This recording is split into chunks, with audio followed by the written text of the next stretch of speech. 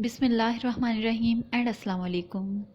Our today's topic is to discuss how to fight waswasas in Salah. A lot of us suffer from extreme waswasas whenever we start praying. No matter how hard we try, the intention never seems to settle. Sometimes we have waswasas regarding to how many cycles we have prayed and maybe in the regards to facing the Qibla.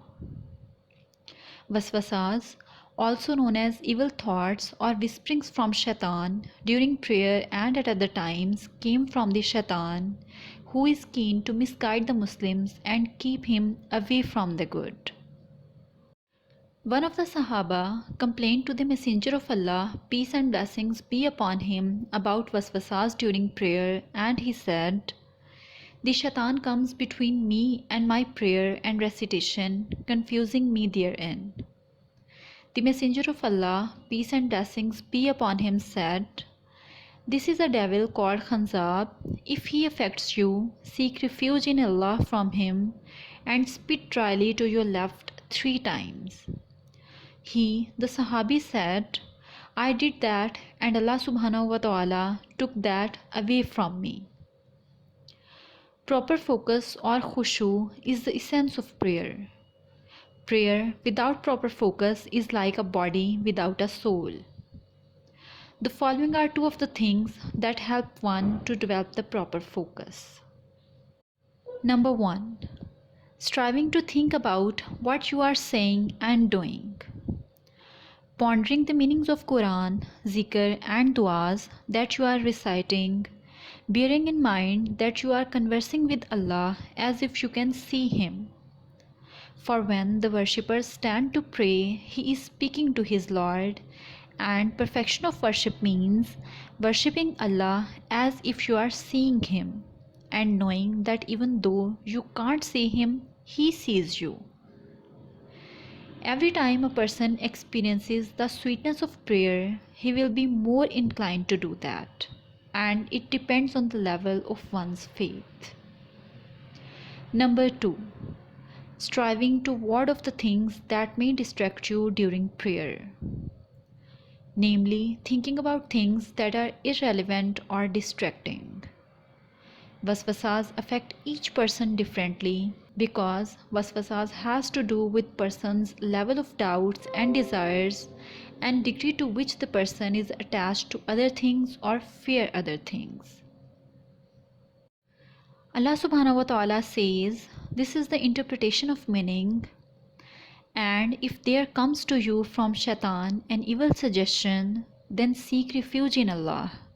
Indeed, He is the hearing and the knowing. Some of the companions of Rasulullah sallallahu alaihi wasallam came and said to him, "We find in ourselves thoughts that are too terrible to speak of." He said, "Are you really having such thoughts?" They said, "Yes." He said, "That is a clear sign of faith."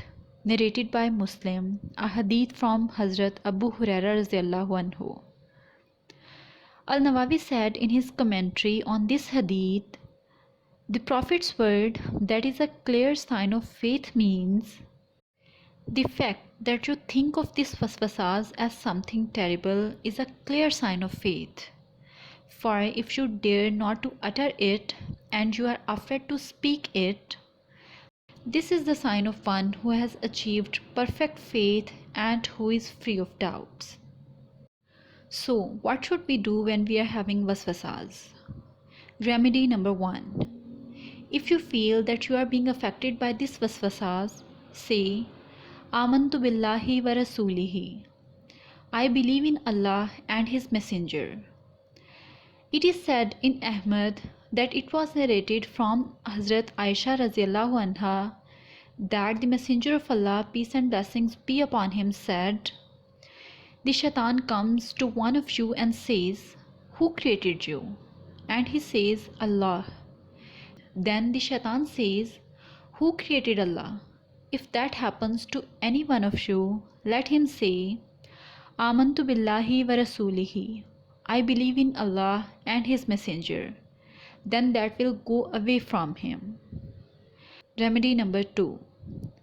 Try to stop thinking about that as much as possible and keep busy with the things that will distract you from it. Finally, I advise you to keep on turning to Allah in all situations.